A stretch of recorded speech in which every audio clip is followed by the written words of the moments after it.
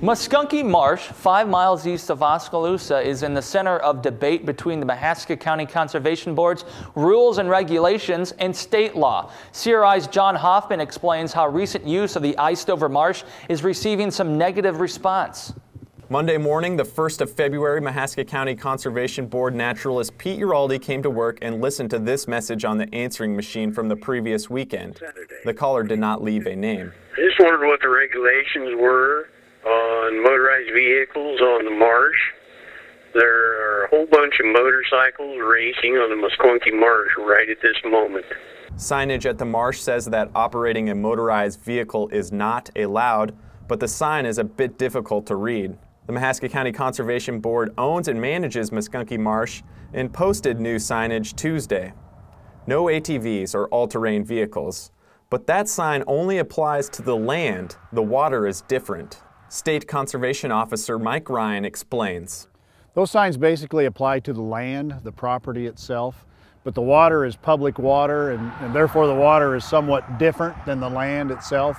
So if they can gain access to the water without crossing the land, then they're able to operate there.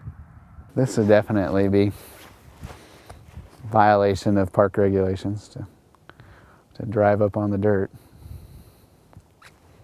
It's obvious that wildlife are using it. Yeah, these are all beaver chews. They love to eat these willow trees. Uralde examined the islands of the 92-acre marsh on Monday. He found tire tracks on the islands, evidence of an act carrying a $195 fine, but no fines have been issued. Yeah, I just drove right over top of it. Fremont resident Larry Crosby says he was out on the ice of Maskunky Marsh with a group of riders last weekend. I talked to Crosby at the Maskunky County Conservation Board meeting on Thursday, and he had this to say about the tracks on the island. I went out and I looked at it. There was no nesting or anything going on now.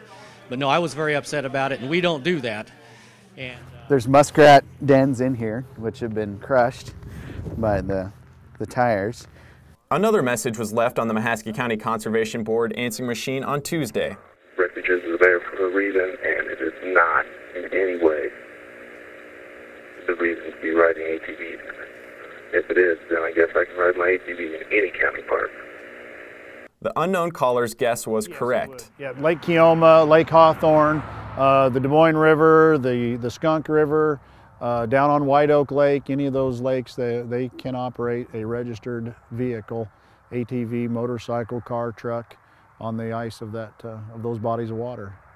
As for riding on the ice of a wildlife refuge, Crosby had this to say.